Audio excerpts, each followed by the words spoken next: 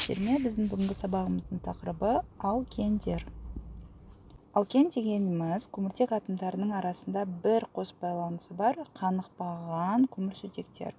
Олардың жалпы формуласы CnH2n болады. Және де ең бірінші өкілі C2-ден басталады. Себебі арасында бір қос байланыс болу керек, яғни қос байланысты салу үшін кем дегенде екі көміртек болу керек. Яғни мына формулаға қоятын болсақ, C2 болса, H2n болса, яғни мына жақта H2, мұнда H2 болады. Жалпы формуласы C2, H4 деп аталады. Алкендерде ен жұрнағы жалғанады, немесе илен жұрнағы жалғанады. Яғни этен, немесе этилен, пропен, немесе пропилен. Яғни C3H6 болса, бұл жерде үш көміртек болады, және де бір қос байланыс болады. Яғни мына жерде мына көміртекте бірінші 1-2 байланыс бар, яғни екеуі жетпейді. Мына көміртекте 1-2-3 байланыс бар, төртеу болу керек, яғни біреу жетпейді. Мына үшінші көміртекте бір байланыс бар, төртеу болу керек, яғни үшеу жетпейді. Енді бұларда келетін болсақ, көміртек атомдарында қос байланыс кезінде sp2 гибридтенуге ұшырайды. Жалпы органикалық химияда алкандарда sp3, циклоалкандарда sp3, алкендерде sp2, алкиндарда sp деп жаттап алуға болады. Немесе санауға болады. Қалай санаймыз? Мына формуланы ашып жазатын болсақ, қараңыз, мына былай етек, мында H, екі байланыс, мынада біреуі H, мынада мына H деп жазатын болсақ, қараңыз. Мынау бірінші көміртек, мынау бірінші көміртегімізде, қараңыз, мына сигма, мынау сигма байланыс бар. А мынау екінші қос байланыс, екіншісі ол міндетті түрде пи болады. Яғни, естеріңізде болса, менде каналымда гибридтену деген видео бар, ұмытып қалсаңыз, соны қарап шығыңыз. Гибридтену дегеніміз сигма байланыстардың саны плюс жұптасқан электрондар деп айтатынбыз. Бұл жерде жұптасқан электрон байланысқа қатыспаған жоқ, сондықтан бұл жерде біз тек қана сигмаларды санаймыз. Міне бізде 1 сигма, 2 сигма, 3 сигма бар. Яғни біздің гибридтенуіміз 3-ке тең болып тұр. 3-ке тең болса, оның біреуі S-қа кетеді, P-ға екеуі қалады. S1, P2 деп біз жай ғана химияда бірді жазбаймыз. Яғни бұл жерде гибридтену типі SP2 екенін біз мұны дәлелдеп шықтық. Молекуласы жазық болады, ал байланыстар арасында бір шамамен 120 градусқа тең болады, және байланыс ұзындығы 0,134 нанометрге тең болады. Жаңа айтқан болатынбыз, мына қос байланыстың біреуі сигма болса, екіншісі міндетті түрде пи байланыс болады. Және де пи байланыс сигмамен салыстырғанда өте әлсіз болады да, реакцияның тез үзіліп, реакцияға қабілеттілігін арттырады. Енді алкендердің аталу алгоритміне тоқталатын болсақ, бұл жерде алкандарда болсын, циклоалкандарда болсын нөмірлеуді мынау радикал жақын жағынан бастайтынбыз, ал алкендерде преимущество дейді ғой, басымдылық мынау қос байланысқа беріледі.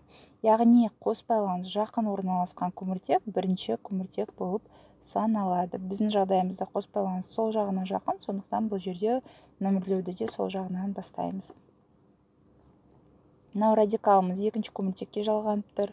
Екінші радикалымыз үшінші көміртекке жалғанып тұр. Екеуі де метил, 2 штук болғандықтан біз оны диметил деп жалғаймыз, және ұзын тізбекте 4 көміртек болғандықтан ол бізде бут ен жұрнағын жалғаймыз, сонда 2-3 диметил бутен болады. Енді мына жерде қарайық, мына қос байланысымыздың орны мына жерде тұр. Мына бірінші көміртек, екінші көміртек, үшінші көміртек, төртінші көміртек, алайда, қараңыз, мынау CH3 радикал сияқты жалғанып тұрғанмен, ол да ұзын көміртек тізбектің жалғасы. Неге? Себебі мына жерде міне CH2 және біз шеткісіне метил тобын жалғай алмаймыз.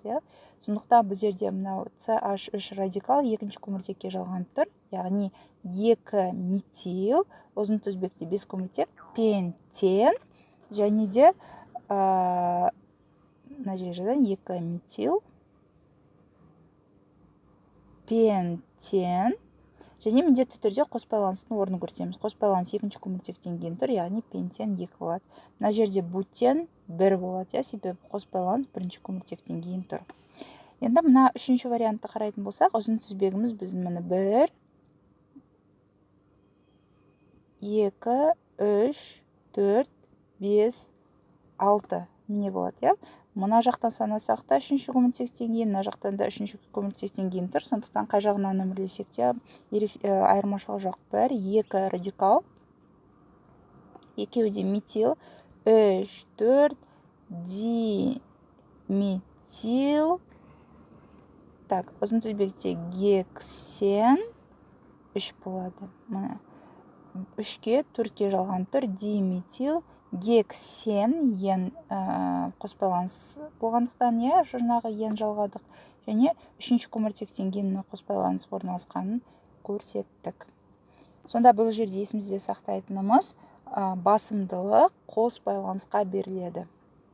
Енді изомерленуіне келіп тоқталатын болсақ, бұлардың изомерленуі алкандарға қарағанда кішкене күрделі, әртүрлі, дәлірек айтатын болсақ, бұл жерде қос байланыстың орналасу изомериясы бар, көміртек тізбегінің құрылымдық изомериясы бар, классаралық изомерлер бар және геометриялық, яғни цис, транс изомерлері бар.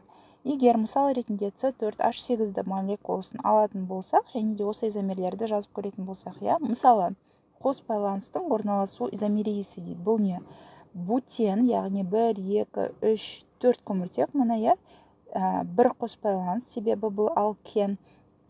Мұн жақта H2, мұн жақта H, мұнда H2, мұнда H3 болады. Яғни ұзын тізбекті мына сол жағынан бастап нөмірлейміз, себебі қос байланыс сол жағына жақын. Яғни бутен 1 болады. Ал егер мен қос байланысты мынау екінші көміртектен кейін бұлай қоятын болсам, мұнда мұн жақта H3, мұнда H, мұнда H3. Екі вариантта да көміртектің саны 4, сутектің саны 8 болып тұр, санасаңыздар. Яғни мұн жақта нөмірлеуді тоже сол жағынан бастайық, себебі дәл ортасында тұрғасын қай жағынан бастасаң да бәрібір. Сонда бұл бутен 2 болады. Яғни бұл екеуі бір-біріне қос байланыстың орны бойынша изомер болады.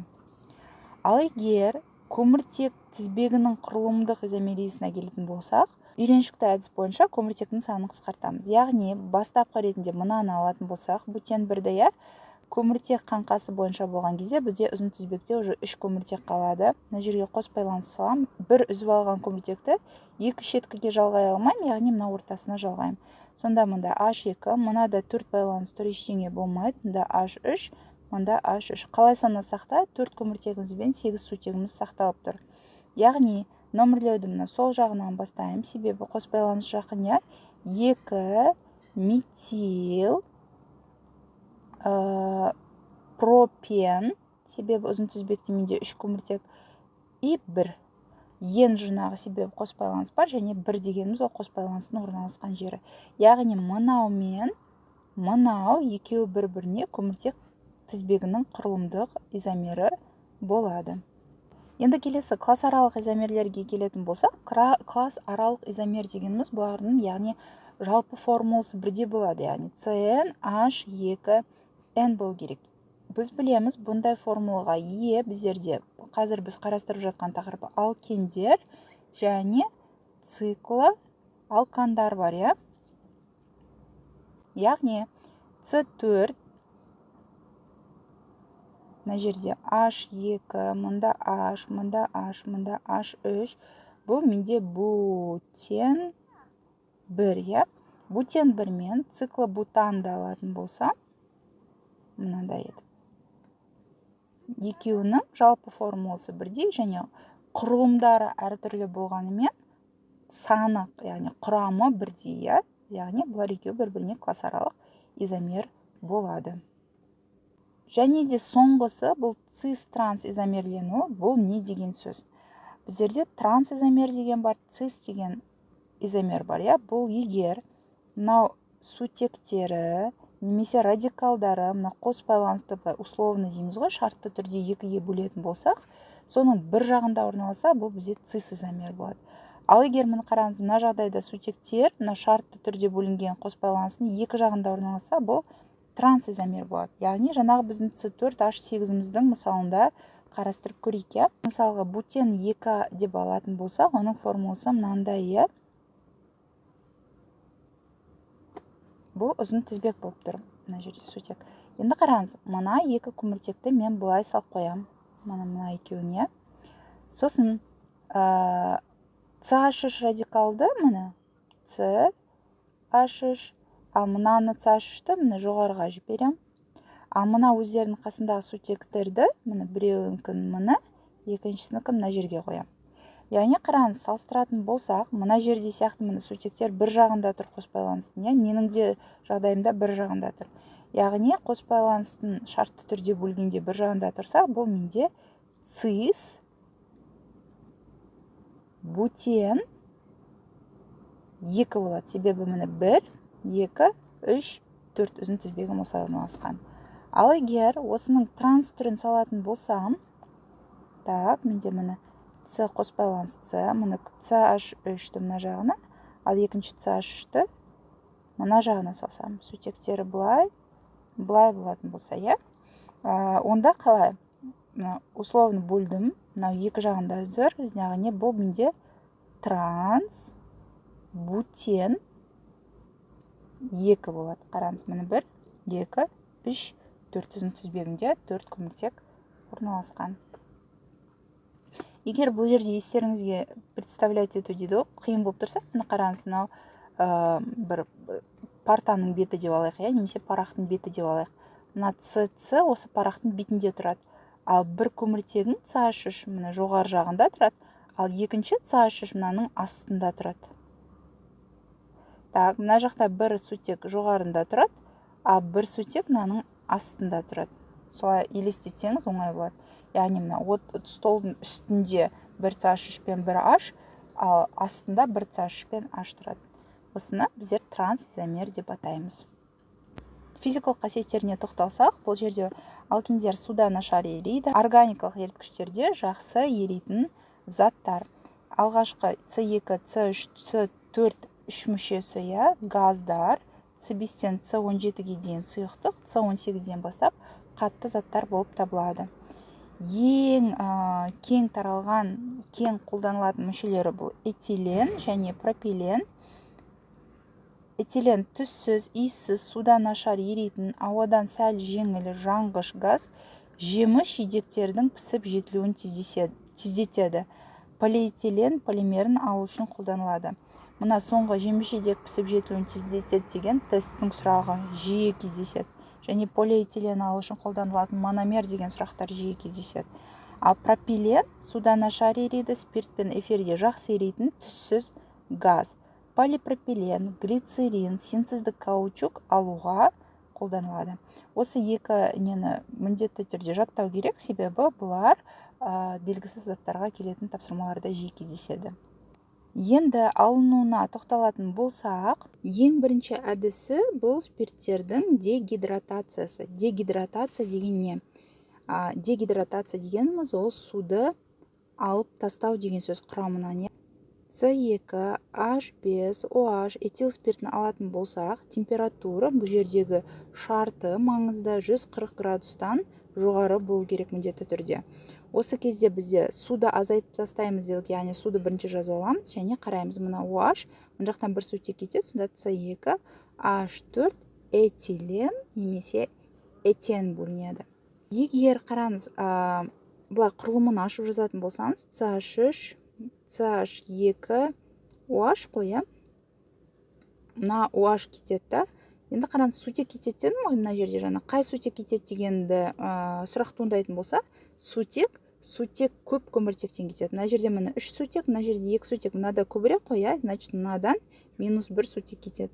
Яғни сол кетіп қалды, CH2 болып қалады, мына жерде қосып байланыс CH2 плюс су болады. Так, келесі алыну әдісі бұл галоген алкандардың дегидрогалогенденуі немесе элиминерлеу реакция дедік. элиминирүү реакциясы туралы толық сабақ бар, сол жақтан тағы да қарап алсаңыз болады. Егер қысқаша алатын болсақ, С3H7 хлор деп алсақ, бұл біздерде галоген алкан, міне хлор, пропан. Осыдан калий OH-тың немесе натрий OH-тың именно спирттегі ерітіндісі қолданылады. Сол кезде бізде H хлор бөлініп шығады, плюс С3H6 шығады. С3H6 дегеніміз бұл бізде пропен. Мына логикаға келетін болсақ, қараңыз, міне CH, былай ғой, мұн жақта H3, мұн жақта H3, мына жақта хлор болу керек. Міндетті түрде бұл шарты, бұл хлор екінші көміртекке жалғанып тұру керек. Сол кезде мына хлор кетеді, және де мына екі көміртектің қайсында сутек көп, содан кету керек қоя, себебі CH-та бір сутек итак аз. Бұл жерде енді разница жоқ, екеуінде бірдей болып тұр, сондықтан любой бірінен ала береміз. Сонда H хлор шығады, плюс мына CH2 деп алсақ, мына жақтан кетті деп, мұн жақта CH, мұн жақта, дара байланыс CH3 болады. Пропен шығады. Қалай алсаңыз да бәрібір пропен шығады. Келесі алкандардың дегидрленуі 500 градус температурада жүреді, яғни дегидрлену дегеніміз ол сутекті азайтып тастау деген сөз. Яғни С2H4 этен мен H2 сутек газы шығады. Және де соңғысы бұл алкандардың крекингі. Крекинг дегеніміз ұзын тізбекті алкандардың алкеннің және алканның қысқа молекулаларына дейін ыдырауы, яғни мысалға С8H18 деп алатын болсақ, бұл жерде мұнда С4, мұн жақта да С4 болады. Яғни бір жағында алкен түзілсе, екінші жағында алкан түзіледі. Яғни біз бұл жерден бутенді ала аламыз.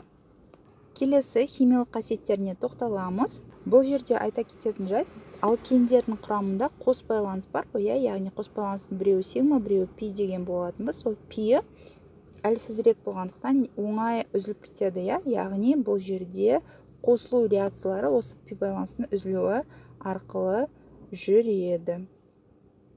Енді бұл жердегі ең бірінші реакция, яғни галогендену реакциясы, бұл реакция өте маңызды, себебі алкендерге сапалық реакция болып табылады. Тоже өте жиі кездесетін сұрақ. Яғни, мысалға С2H4 деп этен молекуласын алатын болсақ, оған бром қоссақ, бромның өзінің түсі қызыл қоңыр түсті. Бұл бром әрекеттескен кезде, давайте мына жерде ашып жазайықшы. С қос байланыс, С мұн жақта H2 ғой, мына қос байланыстың біреуі үзіледі, значит, мына CH2 қалады. Мына үзілген, мына жерде байланыс артық қалып қойды ғой, осы жерге бром келіп қосылады. Енді бұны жинақтап жазатын болсақ, С2H4 плюс бром 2, сонда С2H4 бром 2 шығады, яғни дибром этан шығады. Бұл дибром этанның түсі, бұл түссіз, яғни сондықтан сапалы реакция болып табылады. Келесі гидрогалогендеу, яғни галоген сутектерінің қосылуы H хлор, H бром, H-йодтың. Бұл жерде де қос байланыс үзіледі, және де бұл жерде үзілгенде Марковников ережесі бойынша жүреді. Ол не деген сөз? Мысалға С деп пропенді алатын болсақ, мұн жақта H2, мұнда H, мұнда H3 плюс H хлор деп алатын болсақ, қараңыз, сутек, мына қос байланыстың маңына келеміз ғой, себебі мынау үзіледі. Сутек көп көміртекке барады, ал хлор сутек аз көміртекке барады. Бұл жерде тағы да айта кетсем, именно мына CH2 қос байланысы бар көміртектерді қарастырамыз. Так, сонда реакция нәтижесінде бізде мына H2C қос байланыс үзілді, CH, CH3, барлығын дәл сол күйінде жазамыз, просто қос байланысты үземіз. Сутек көбіне мына жерге сутек келді, мына жерге бром келді. Сонда мына 1, 2, 3, 2 бром пропан түзіледі. Егер реакцияны жинақтап жазатын болсақ, онда оның түрі мынандай болады. С3H6 плюс H хлор, мына жерде бром деп жазып қойып, онға хлор болады. Так, мына жерде бізде себебі хлор, сонда С3H7 хлор түзіледі. Келесі реакция бізде бұл гидратация, яғни дегидратацияда суды азайтып тастасақ, гидратацияда керісінше суды қосамыз. Яғни мысалға С2H4 мысалында алатын болсақ, бұған суды, например, біз HOH деп жаза аламыз, солай жазған ыңғайлырақ болады. Сонда С2H5OH түзіледі. Енді бұл жерде этен молекуласы симметриялы болғандықтан особо көре алмаймыз. Сондықтан давайте пропенмен жазып көрейік. Мысалға HOH деп жазатын болсақ, мұнда H2, мұнда H, мұнда H3. Біз тағы да көміртек байланысы бар, қос байланысы бар, екі көміртекті қарастырамыз. Мына сутек көбіне келеді Марковников ережесі бойынша, ал мына OH сутек азына келеді. Сол кезде бізде мына CH3, CH қос байланыс үзіледі, CH2 өзі қалады. Мына жерге сутек көбіне H келеді, сутек азына OH келеді. Сонда біздерде реакция нәтижесінде 1, 2, 3 пропанол 2 түзіледі. Келесі реакциясы бұл бізде гидерлену, немесе гидерлеу дейміз, яғни сутек қосу. Бұл жердегі реакцияның шарты бұл катализатор никель, немесе платина, немесе палладийдің қолданылуы. С2H4 плюс сутек қосатын болсақ, қос байланыс үзіледі де С2H6 түзіледі. Егер мұндай ашып жазатын болсақ, бұлай болады, плюс H2, мына қос байланыс үзіледі, сонда CH3, CH3 болады. И соңғысы бұл біздерде жану реакциялары. Жану реакциялары бұл бізде кәдімгі қарапайым реакция деп айтуға да болады. Себебі оттек қосқан кезде кез келген зат, СО2 органикалық зат, су түзе жанады. Мұнда так 2 қоямыз, 2, 4, 6, мұнда 3 қоямыз. Бұл жердегі ерекше химиялық қасиеттерінің бірі бұл тотығу реакциялары. Тотығу реакциялары қалыпты жағдайда және өндірістік болып екіге бөлінеді. Қалыпты жағдайда бұл калий перманганатын ерітіндісімен жүреді. Яғни калий перманганаты дегеніміз калий марганец O4 өзімізге үйреншікті. Оны органикалық химияның реакцияларында калий марганец O4 деп ұзартып жазбайды, мынандай тік жақшада O деп көрсете салады. Сонда С2H4 ретінде алатын болсақ, калий перманганатымен тотыққан кезде қалыпты жағдайда С2H4O OH2 деген қосылыс түзіледі, немесе ұзартып жазатын болсақ, бұлай болады. Мына жақта OH топ, мына жақта OH топ болады. Бұның атауы этан диол деп аталады. Мынау ол спирттердің жағы, яғни ди деген 2 штук дегенді біледі. Немесе екінші атауы бұл этилен гликоль деген қосылыс. Келесі өндірістік тотығу, бұл жерде реагенттер мыс, темір, палладийдің тұздары. Бұл жерде де реагенттерін толық жазбаймыз, оттек деп жаза саламыз. Сонда CH3, COH деген қышқыл түзіледі, және теңестірушінің алдына 2 қоямыз. Алкендерге тән тағы бір маңызды реакциялардың бірі бұл полимерлену реакция. Яғни бұл көптеген бірдей немесе ұқсас мономер молекулаларының қосылып, бір ірі зат немесе полимердің түзу реакциясы. Бұл жерде қараңыз, этеннің мономерін алатын болсақ, бұл жерде мына қос байланыс үзіледі, мындай полиэтен түзіледі. Мынау зат этен ең қайталана беретін ең кіші бөлшек, бұл мономер деп аталады. Ал осылардан мономерлердің қос байланысының үзіліп, ұзын тізбек түзілуі бұл полимер деп аталады. Ал мына N біздерде бұл құрылымдық бөлшек саны деп аталады. Мына жерде жиі кездесетін полимерлердің атауы берілген. Бұл полиэтилен, бұл пленкалар, пакеттер, құбырлар жасауда қолданылады. Полипропилен, тоқыма бұйымдарын орау немесе қаптама деп атаймыз, иә, сондайларды жасауда қолданылады. Поливинил хлорид құбырда, пластмассада қолданылады. Полистирол бір рет қолданылатын ыдыс-аяқ, одноразовая посуда дейміз, иә, соларда қолданылады. И фторопласт немесе басқаша тефлон жабысуға төзімді жабындар жасауда қолданылады. Яғни үйде байқасаңыздар, андай тефлоновый покрытиесі бар сковородкаларды қолданамыз, иә, сол осы фторопласттан немесе тефлоннан жасалады. Осымен сабағымыз аяқталды. Назарларыңызға рахмет. Сұрақтарыңыз қалса төменде комментарийға жазып сұрасаңыз болады. Келесі кездескенше.